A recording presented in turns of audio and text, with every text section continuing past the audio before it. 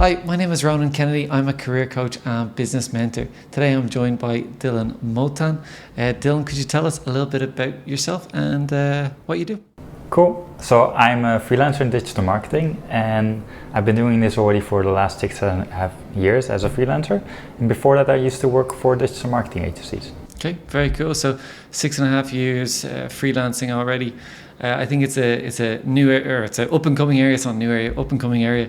Can you tell us how you got into it and why you decided to do that?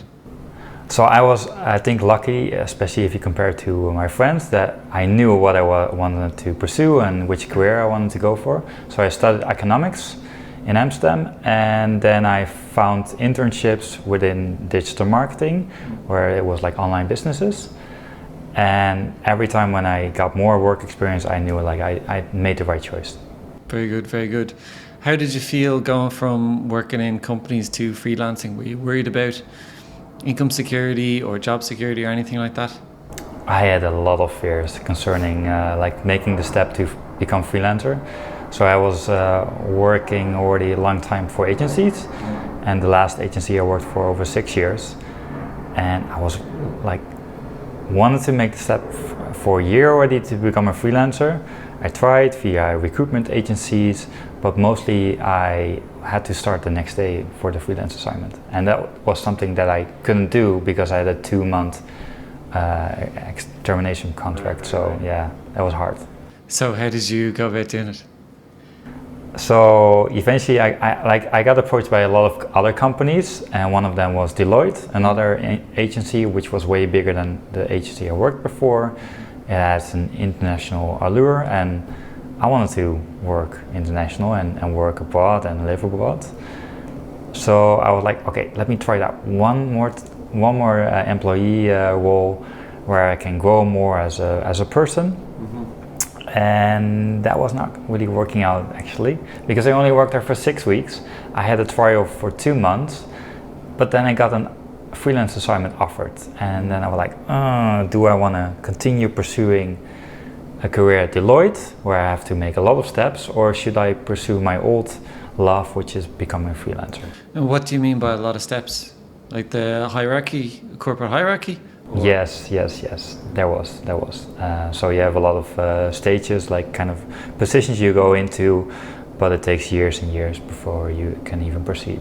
And why did you prefer the freelancing style? I think it fit me better as a person because I was eventually looking for more freedom, more flexibility in what kind of assignments I wanted to do. And I also wanted to travel more.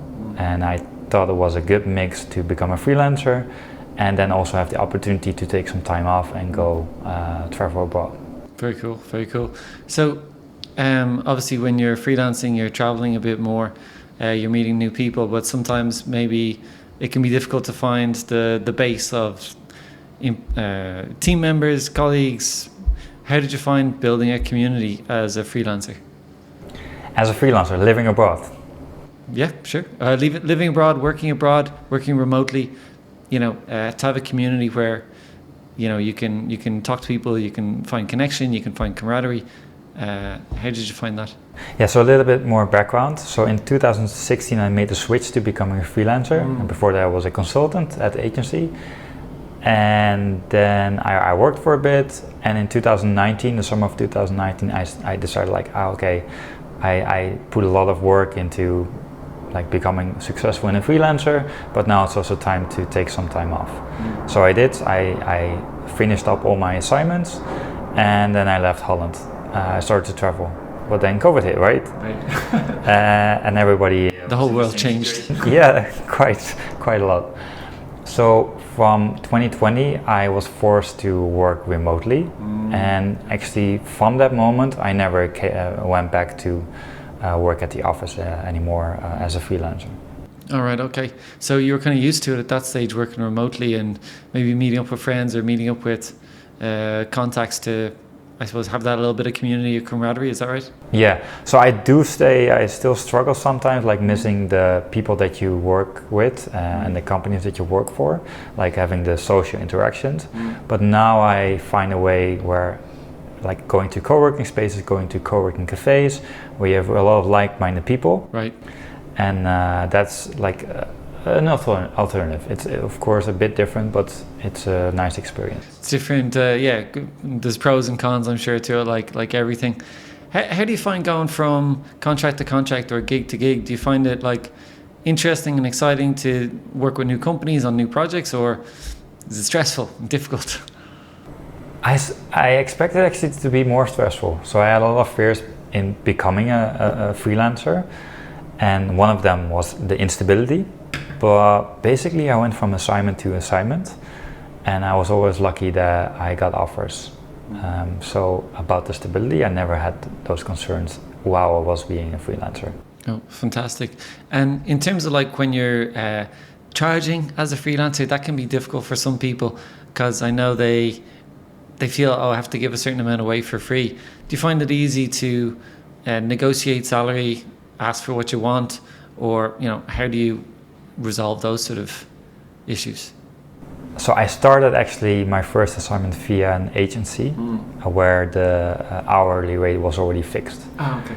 So that made me actually go in towards freelancing like a pretty high hourly rate, but also as a reference for the next ones.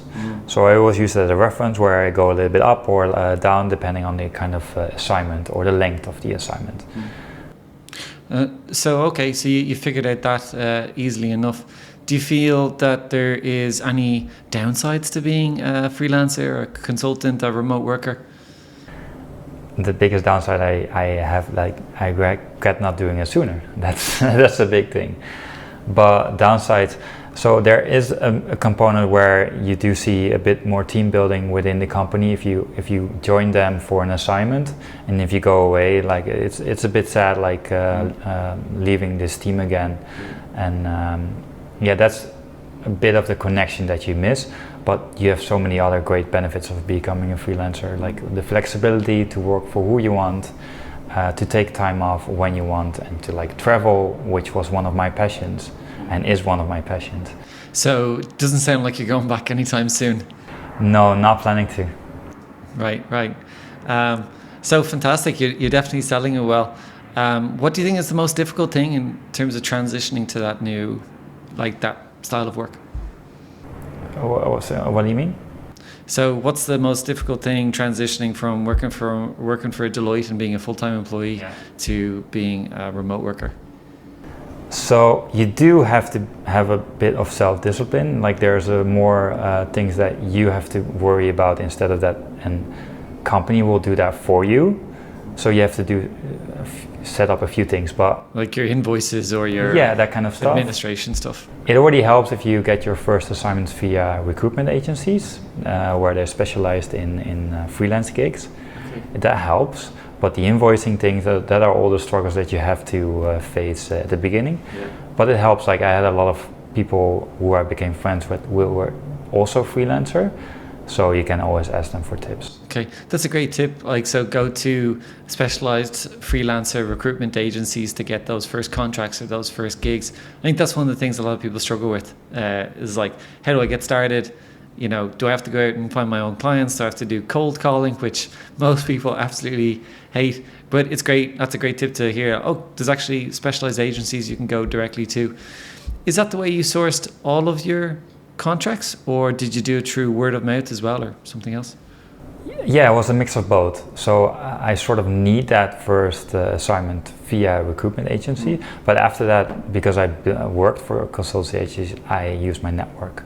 So I mostly get asked like, oh, there's a position coming free, like for a freelance assignment, are you available? Right. And then of course I have to check if I am, and if I really like that, I can even manage to go to the new assignment if I have the preference for that. Do you ever worry that you're going to run out of opportunities?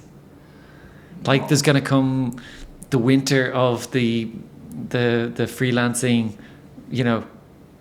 year, and it's going to be like 3, 4 months, 6 months, because I think that would be a worry for a lot of people. They're like, I've got a mortgage, I've got kids, I've got bills I need to pay.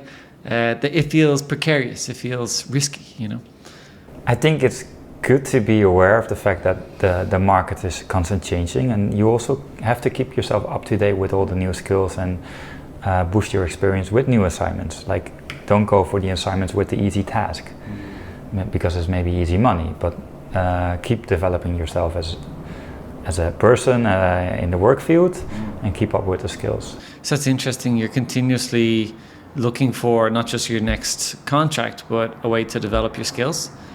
Do you find that satisfies your need for professional growth?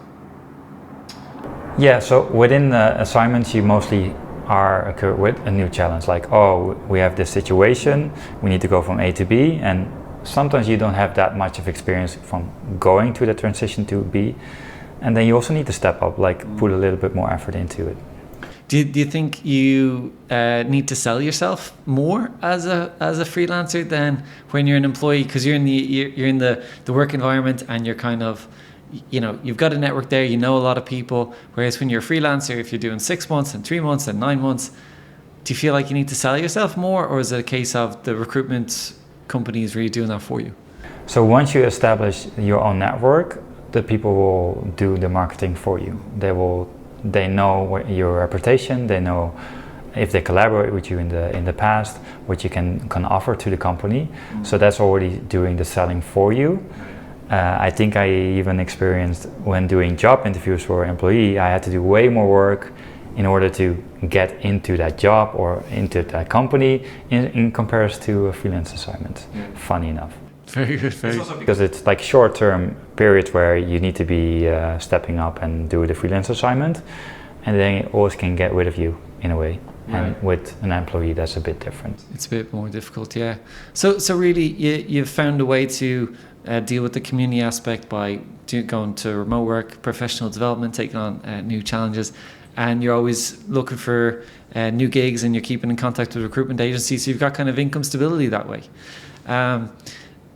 If you're giving advice to someone who's thinking about embarking on this journey to become a freelancer and move away from the corporate world and move away from a steady salaried job, what sort of tips or advice would you give them? I have 2 solid tips that I can give them. So it's a lot of fears and the mindset that you are struggling with becoming a freelancer, taking that big step. I used fear setting of Tim Ferriss, of the guy of the 4-hour work week. That's a great tool. Yeah, it's a way to help you know which kind of fears you have, write them down on paper, then see, okay, how can I repair them in case that happens, and what are also the income or like the cost of not putting into not getting in action. The cost of inaction, right? Yeah, that one. And that is really vital, because if you write it down on paper, then it feels like it's actually not that big of a deal, right? So it reduces nervousness or anxiety about it happening. So did you find it like actually made it clear, or it was less intimidating than saying make that step? Way less intimidating. So then you can even consider to stop your current job and look for freelance gigs. So can I ask, what was your major fear, and did it come true? No, it was the instability, if I will be without any job or a freelance assignment, like not getting any income, but straight on from the beginning I always had the freelance assignment. Yeah. And one other tip that I can give to you is also speak mostly to the people who are already in the position, who are already freelancers. Don't speak too much to your friends or work colleagues, because they will give you more concern about should you even take that step, and they will talk towards that not taking the step, talking about the instability, the financial insecurity. Talk more to the people who already reached that level. Right. Okay. So like in your case, what happened? Were people giving you advice to not do it, or they were nervous, or maybe they were projecting their fears on you? Yeah. So that's what a lot of people do. They project their own fears, and they say oh, I think you shouldn't do this because you will be out of job and you don't have any income. Yeah, but that's something that you experience. That's not something that I experience. Right, okay. So you need to separate those two. Can I ask? So then, when you have those, let's say you have the conversations about fear, and then you have conversations about with the freelancers who are saying, yeah, you can do this. This is fine. You're gonna find lots of gigs. How did you kind of motivate yourself or maintain that focus on a regular basis? Because let's say if the opportunity doesn't come, it can be easy to say, oh no, maybe that fear is going to come true. How did you maintain the focus or the motivation to keep going? I think you should set certain goals for yourself if you want to become a freelancer. Set a sort of time frame, approach a few agencies or approach a few companies where you know they're looking for freelancers, and set mini steps to go towards that goal. Did you keep working before you changed to be a freelancer, or did you just make a straight cut? I made a straight cut. So so I worked at Deloitte after like getting hired by them, and I worked for 6 weeks. And I think I had my conversation with the freelance assignment on Friday, and I got the offer during the weekend, and I terminated my contract, or like let my leave notice on Monday. And then I started a few days later. Great. So any final thoughts or comments for anyone thinking of going into this field, or is it a 2 thumbs up from you? It is, but definitely like focus on the fear setting part. You can actually apply that for many things in your life if you feel like you're holding yourself back, and be inspired by talking to other people who are already there. Fantastic. You can also meet them on meetups if you are lacking like finding them right now. That's great. It's a great tool. I use it all the time as a way to contingency plan, like for whatever could go wrong, whether it just be a fear I have or something very practical like running out of money. I find it super useful, so it's a great tip. Thanks so much for sharing all your tips, advice and insights about your journey from being a full-time employee to freelancer. Good on you. Thanks, Ronan.